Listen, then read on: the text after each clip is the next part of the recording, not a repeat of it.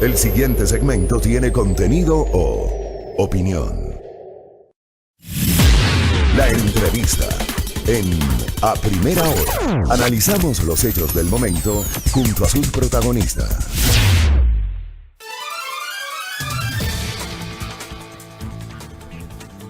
Muy bien, 6 de la mañana con 53 minutos. Gracias por la sintonía, gracias por los mensajes, gracias por continuar con nosotros, ¿no? Muchas gracias por aquello. Un par de cuestiones que me escriben. Gracias, Gladys.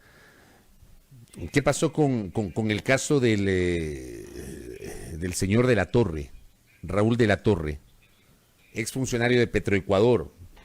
Creo que de eso ya casi nadie se acuerda, ¿no? El caso de Raúl de la Torre. Muy pocos mencionan lo que pasó con él, que entiendo tiene un parentesco con el señor Contralor General del Estado, pero casi que del tema no se habla. El tema del IES, que sí lo planteé, el caso Mascarillas. ¿Hay o no una responsabilidad o corresponsabilidad del expresidente del Consejo Directivo del IES? Sobre esto se requiere claridad, y esa es la sensación que yo les quería transmitir hace minutos, y qué bueno que haya habido gente, colegas incluso, que comparten esta visión. ¿Qué piensa David Chávez, que ya lo tenemos con nosotros en esta entrevista virtual? Con él vamos justamente a generar una entrevista en pocos segundos. Estamos justamente haciendo el enlace correspondiente para dialogar con él y hacer una valoración de este momento político que estamos viviendo. Un momento político complejo. He señalado en varias ocasiones que hay una suerte de falta de cohesión a la interna del gobierno. ¿Lo tenemos ya, David Chávez? Vamos con David Chávez. ¿Cómo le va, doctor? Bienvenido, buenos días. Qué gusto. Doctor. Fabricio, como siempre, un enorme gusto estar en su programa. Gracias por la gentileza. Creo que hoy amaneció el internet medio inestable. No sé si es el de acá, pero está medio inestable. No sé si me escucha bien, doctor. Sí, Fabricio, escucho perfecto. Bien. Gracias, doctor, gracias. Buenos días. A ver, hagamos una valoración del momento político. ¿Hay una crisis política? ¿Usted ve que hay una crisis política a la interna del gobierno y del gobierno hacia afuera? ¿Cómo ve el escenario político, doctor David Chávez? A ver, creo que hay una crisis política, pero habría que caracterizar de qué naturaleza es esa crisis política.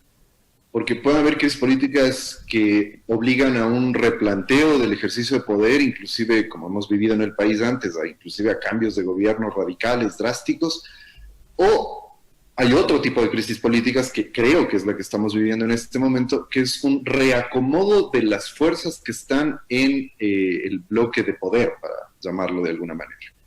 El Ecuador vive desde hace casi 3 años un sólido pacto en el poder de distintos sectores, de élites económicas y de élites políticas, que tienen en lo de fondo un acuerdo casi intocable. Es decir, ¿y a qué me refiero? A 2 cosas: el cumplimiento de la agenda neoliberal y un reparto del poder, y al mismo tiempo que una gran concentración antidemocrática inclusive del poder. En esos 2 rubros, en esos 2 ámbitos, hay un consenso muy fuerte, y lo que hemos visto en estas semanas no afecta ese acuerdo de fondo. Lo que afecta es la ubicación y el reparto de ciertos grupos políticos y económicos al interior del gobierno. Eso es lo que hemos visto. Al parecer eso está resuelto, parece que ha habido acuerdos y parece que tienen pactada una transición. Digo, esto se intuye porque todavía habrá que ver cómo se desarrollan los hechos, pero es una crisis de ese nivel, no es una crisis estructural. Pongo solo para que grafiquemos bien un caso: todos los propagandistas de Sonnenhosner, por ejemplo, a los que te referías hace un momento, no han cuestionado en absoluto la política de destrucción del sistema de salud, destrucción del sistema de educación que el gobierno ha llevado y viene llevando adelante desde hace casi 3 años. Es decir, en eso hay un acuerdo. Y si hay un cambio, si hubiera un eventual cambio de Moreno por Sonnenhosner, por ejemplo, armando hipótesis, en lo fundamental no habría un cambio, sino lo que están intentando hacer: una agudización y una radicalización de la agenda neoliberal y de la concentración de poder en torno a este pacto de gobierno que nos ha llevado a la situación en la que nos encontramos. Usted habla ahí de una agudización. ¿Querría decir que eso no ocurriría si, por ejemplo, el presidente Moreno permanece en el poder?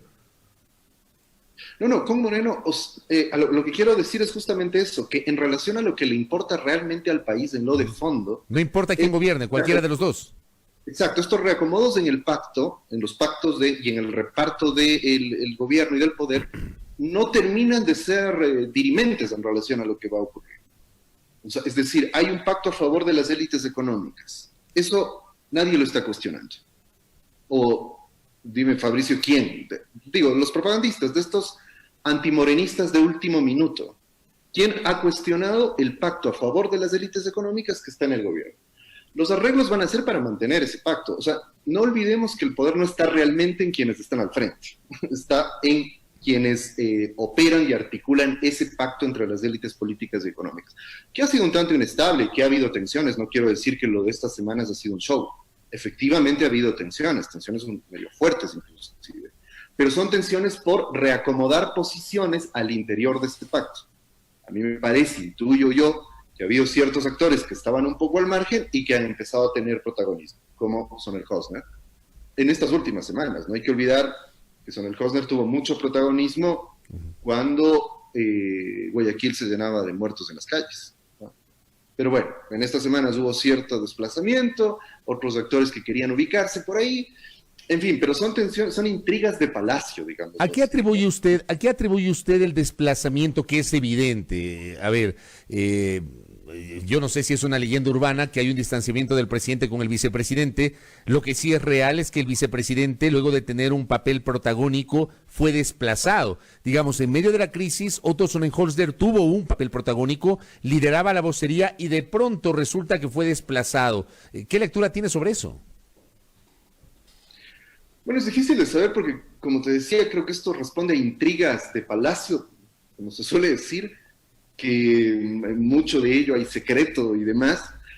Lo que uno podría intuir es que quizá en un nivel mínimo, ¿no? Lo que había era esto de, digamos, el gobierno ha tenido que lidiar y ha lidiado muy mal con el pésimo manejo de la crisis. Una de las razones puede ser que precisamente, insisto, porque además nos estamos olvidando, es increíble cómo si los grandes medios empiezan a blindar mediáticamente a alguien, como lo están haciendo ahora con Sonel Hosner, nosotros inmediatamente, inclusive los más críticos, tendemos a olvidar. Sonel Hosner estuvo al frente del COE y de la crisis, y en ese momento no había disputa, no había tensión, con el apoyo total de Moreno, cuando Guayaquil se llenaba de muertos. O sea, no hay que olvidarlo. A mí me parece que una de las razones puede ser que luego de semejante debacle, y con Sonel Hosner al frente, y además con las acusaciones que en ese momento los críticos del gobierno llevaban adelante, que era aquello de que Sonel Hosner estaba haciendo campaña política en lugar de buscar una salida a la grave crisis que se vivía, sobre todo en Guayaquil, es posible que en un golpe de tratar de cambiar la imagen y un poco arreglar el desastre que habían generado, intentaron poner otras vocerías, intentaron poner otra gente, particularmente a la gente de Ruptura de los 25, María Paula Romo particularmente, y desplazar un poco a Sonel Hosner, ¿no? Con perspectiva político-electoral posiblemente. Es decir, también se ha rumorado esto de que alguien le habló en el oído a Moreno, como parte de las leyendas urbanas, digamos, para que Sonel Hosner no le robe pantalla, o algo parecido. Yo no creo que sea tanto Moreno, me parece que quizá tiene más que ver con los sectores de Ruptura de los 25, que no vieron con buenos ojos eso y trataron de desplazar a Sonel Hosner, y Sonel Hosner, con sus buenos amigos, respondió. Un poco en ese breve resumen, digamos, podemos entender la crisis de estas semanas. Lo grave es que, mira, en condiciones normales uno puede entender que la política funciona así. A veces hay intrigas, hay roces, hay conflictos entre quienes, más aún en un gobierno como este, que es una colcha de retazos de élites políticas y económicas disputándose a dentelladas el manejo del país. Sí, pero el tema es que, a ver, digamos, este no será el primero ni último gobierno en el que efectivamente pasa esto, porque ha pasado. El tema es que en el medio debe haber un liderazgo. Yo comenté hace minutos, yo siento que no existe ese liderazgo y le comparto esto. ¿Usted piensa lo mismo? Exactamente, Fabricio. Ese es el problema. O sea, no hay liderazgo en un momento como el que estamos viviendo. Eso es lo grave. O sea, hay que tener un enorme nivel de indolencia e inhumanidad para ponerse a hacer cálculos político-electorales al interior del gobierno, cuando somos uno de los países que a nivel del mundo ha manejado peor que ningún otro la pandemia, cuando somos ejemplo a nivel mundial de lo que no hay que hacer, cuando los hospitales están colapsados, cuando le están quitando el presupuesto a la educación, cuando siguen pagando deuda externa. Ese es el problema. Y por eso yo decía que como país no debemos dejarnos encandilar por esto, por las luces de este conflicto entre élites. O sea, como se suele decir coloquialmente, allá entre blancos. Eso al país no le afecta porque en lo de fondo hay un acuerdo muy fuerte de continuar. Fabricio, es tan grave como esto. El gobierno sigue con su proyecto de favorecer a las élites económicas, del cual no se ha movido un centímetro, a pesar de la pandemia. Y cuando el mundo entero se está replanteando la aplicación de medidas neoliberales en una situación tan grave como la de la pandemia. Cuando efectivamente no hay liderazgo, hasta ahora no hay liderazgo. Entonces, claro, los problemas son muy críticos y además no hay salidas democráticas, que es el otro problema. Porque ahí yo voy, digamos, déjame señalar solo brevemente esto. El otro lado, el de la crisis política real, es que es una crisis de democracia. O sea, que hubo un golpe contra la democracia hace algo alrededor de 3 años, 2, desde la consulta popular sobre todo.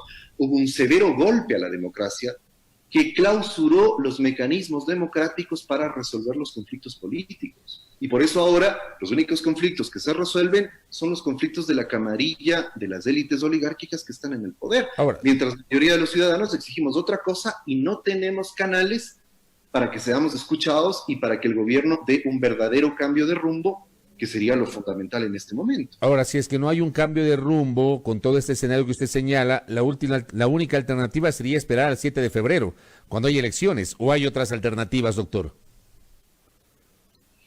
O sea, siendo realistas, digamos, es muy poco probable, porque las únicas salidas políticas en este momento están en manos del gobierno. O sea, ni siquiera de la Asamblea. Todos sabemos que la Asamblea es un apéndice zombie de lo que haga el Ejecutivo. Otro aspecto que hay que subrayar mucho, Fabricio, hay gente que se quejaba de la supuesta concentración de poder en el correísmo, falso, cierto, lo que fuese. Si fuese cierto, en el peor de los escenarios de lo que se decía del correísmo, lo que ha ocurrido en estos 3 años hace que el correísmo palidezca en ese sentido. Ahora tenemos una concentración en torno al Ejecutivo enorme, enorme de poder. O sea, eso no quiere decir que se contradiga que no hay liderazgo o nos contradigamos con que no hay liderazgo. No hay liderazgo porque tienen una concentración en la que, por ejemplo, el ministro Martínez se da el lujo de ni siquiera responder a los asambleístas. Entonces, en ese escenario, cuando no hay canales democráticos para resolver esto, lamentablemente estamos en manos de esas élites económicas y políticas que han hecho ese pacto de poder. Y un poco de la buena voluntad de que entiendan que si siguen en ese camino, la situación para el país será muy grave después.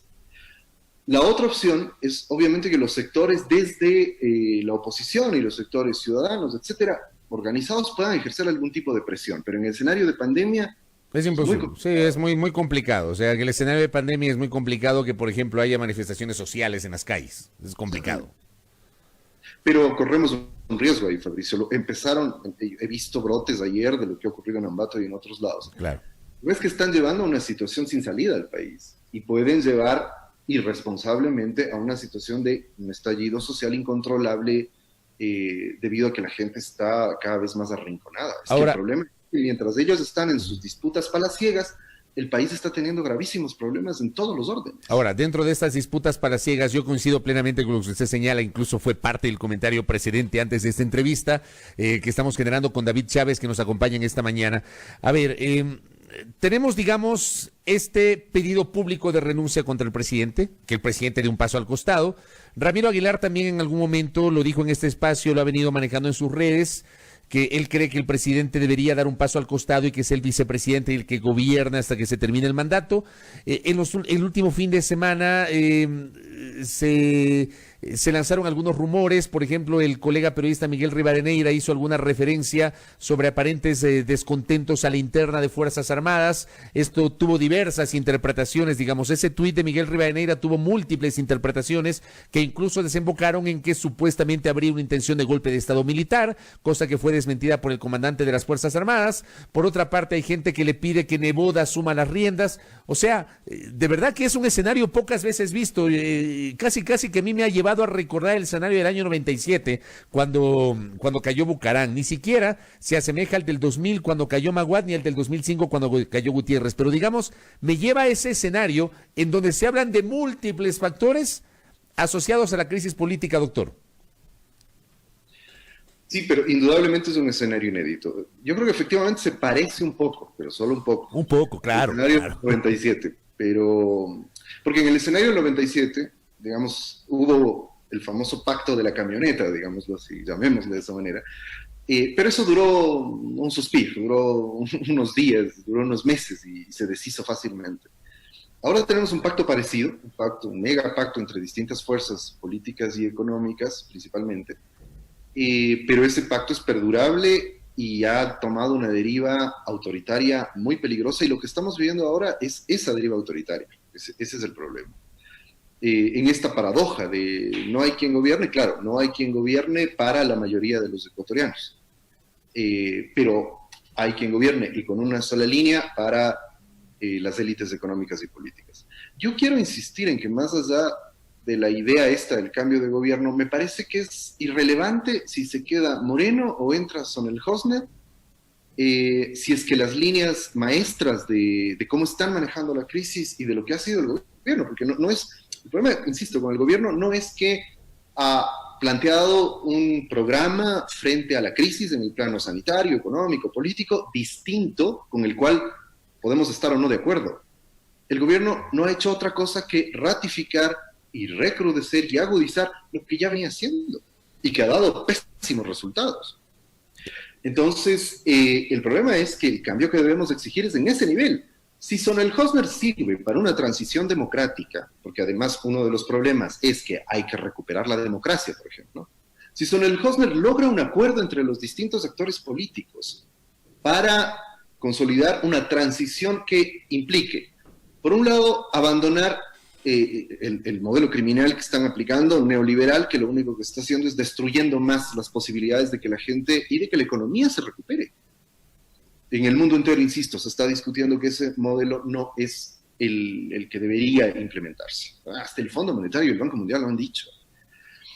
Y por otro lado, un acuerdo entre los distintos actores políticos y económicos y mediáticos que ayuden a una transición hacia la recuperación de la democracia, lo cual significaría programar hacia el 2021 unas elecciones libres que paren con la persecución política, porque si siguen con la persecución política y proscriben a X o Y movimiento, estoy refiriendo al correísmo en particular, que es uno de sus objetivos políticos básicos, las elecciones no serían democráticas.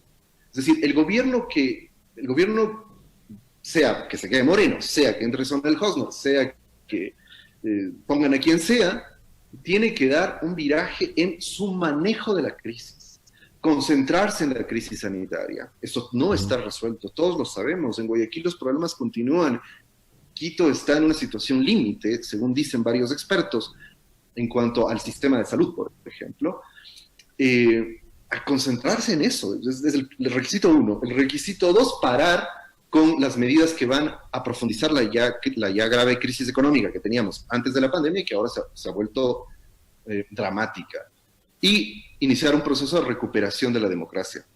Idealmente, si estaríamos hablando de élites políticas y económicas con algo de sentido democrático y con algo de humanidad, habría que parar un rato todo esto y tratar de encontrar un mecanismo de transición hacia 2021. Y ojalá, y en 2021, que seamos la mayoría de los ecuatorianos los que decidamos democráticamente quién tiene que hacerse cargo del desastre que van a dejar. Correcto. Y cierro esta entrevista con una breve reflexión que le pido a nuestro invitado David Chávez. Y en todo esto, la Asamblea. ¿Cuál es el papel de la Asamblea? Bueno, no sé. Uno podría decir que es un papel casi nulo el de la Asamblea. Insisto, o sea, si los ministros ni siquiera se lo toman en serio, ¿no? Ni siquiera mandan un mensaje, un tweet diciendo no voy a ir. O sea, eso es una muestra de lo gravemente vulnerada que está la democracia. O sea, en una situación como esta, el espacio de la asamblea, esa es la paradoja, ¿no? En una situación como esta, el espacio de la asamblea tendría que ser, porque es el espacio de la representación de las distintas fuerzas políticas, tendría que ser el que le plantea al país una salida democrática. Excepcional, porque estamos en una situación excepcional. Muerte cruzada sería una locura en una situación como esta. ¿Cómo se organizan elecciones en unos meses? Habría que buscar una salida democrática de los distintos sectores. Eso es viable porque la asamblea está neutralizada completamente por el control férreo que tiene el Ejecutivo del Legislativo, del Poder Judicial y el blindaje mediático que tiene. O sea, las grandes empresas mediáticas le han blindado en eso. Insisto, son pequeñas rencillas las que vemos entre estos actores mediático-políticos que no terminan de decidirse si están en la política o están en los medios, y el gobierno. Son pequeñas rencillas, son pequeños roces. Ahí no, en lo de fondo no hay ningún cuestionamiento. En lo de fondo los cuestionamientos siguen siendo de la oposición correísta y de sectores sociales como el movimiento indígena, por ejemplo, que han mantenido desde octubre una posición crítica frente al gobierno, pero por lo demás no hay actores de oposición que estén planteando transformaciones en lo de fondo. Yo anotaría inclusive que la presión que hacen esos actores político-mediáticos, etcétera, estos opositores de último minuto, es por una radicalización del proyecto neoliberal del gobierno y una radicalización de la concentración del poder y de la deriva autoritaria antidemocrática del gobierno. Eso es lo grave. Correcto. Doctor, gracias por el tiempo, interesantísimos sus aportes que están allí para el debate público. Un abrazo, David, que tenga buenos días. Igualmente, Fabricio, un enorme gusto estar en Primera Hora, como siempre. Gracias, muy amable. Aquí en A Primera Hora, el académico David Chávez haciendo un análisis crítico del momento político que vive la República. Ahí queda para el debate. 7:13 en A Primera Hora por Majestad Radio.